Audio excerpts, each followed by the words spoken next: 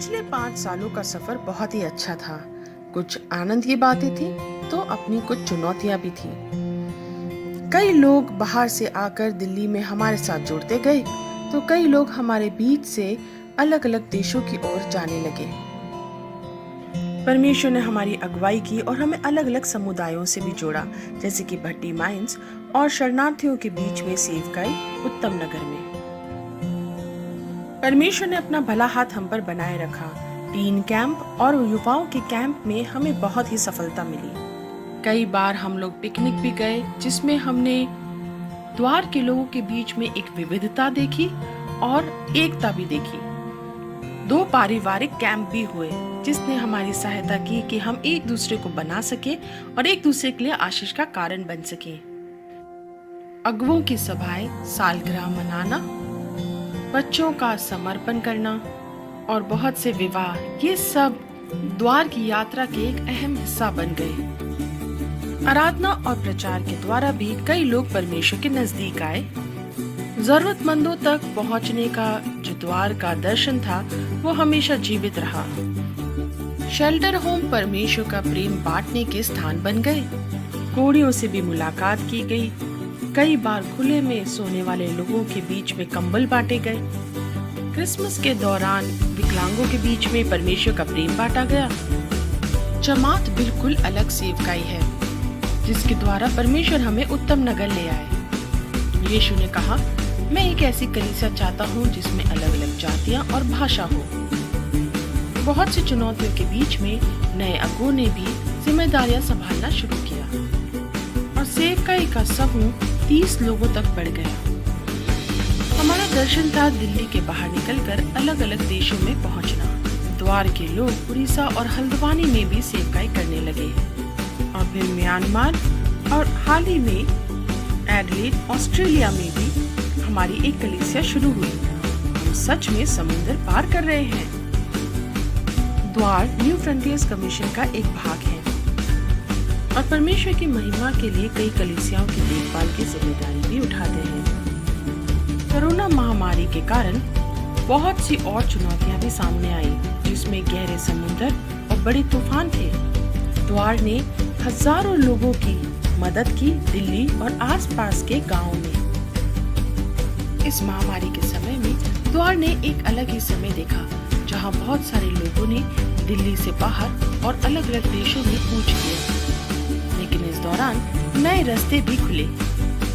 Global सभा फिर से शुरू हुई, जिसमें 14 देशों से लोग ऑनलाइन मिलने लगे, एक दूसरे के साथ प्रार्थना में समय बिताने लगे और ये विश्वास करने लगे कि कैसे वो दिल्ली के लिए, देशों के लिए और पूरे संसार के लिए आशीष का कारण बन सकते हैं।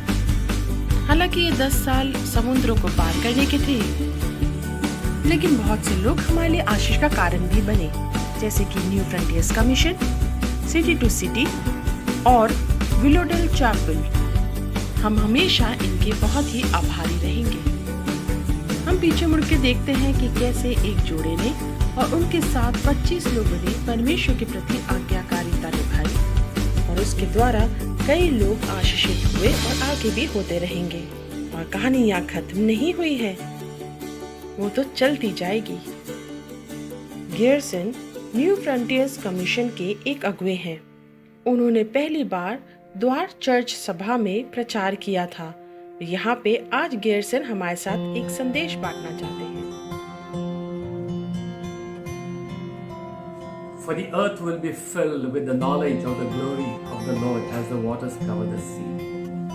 Friends, no matter how terrible and brutal the evil powers of the world may be, God's purpose of filling the whole world with the knowledge of His glory will triumph. Jesus Christ rules the nations with authority.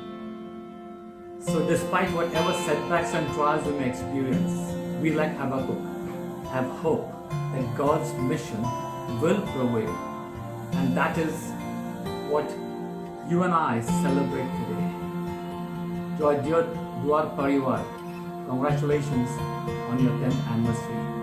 On this day, I thank the Lord for envisioning Samir, Jackie and their children to take that bold step of faith of crossing over from familiar environment to unfamiliar territory.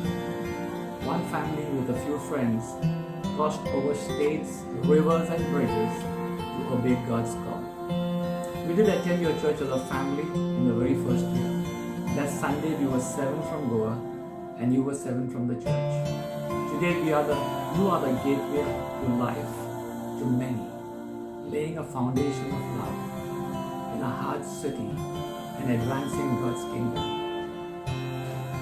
A special appreciation to those who paid heed to Samir's call in a little room during the lunch break at Brighton, and all those who crossed the sea to see the church planted in Delhi. We now see God's favor as friends cross over continents and oceans with the sole purpose of seeing the earth being filled with the knowledge of the glory of God. Some of the reviews you will find doing the rounds.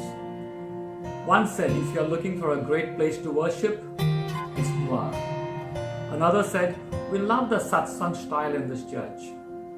But the best I liked was, if you're looking for a place to belong, it's the Dwar Church.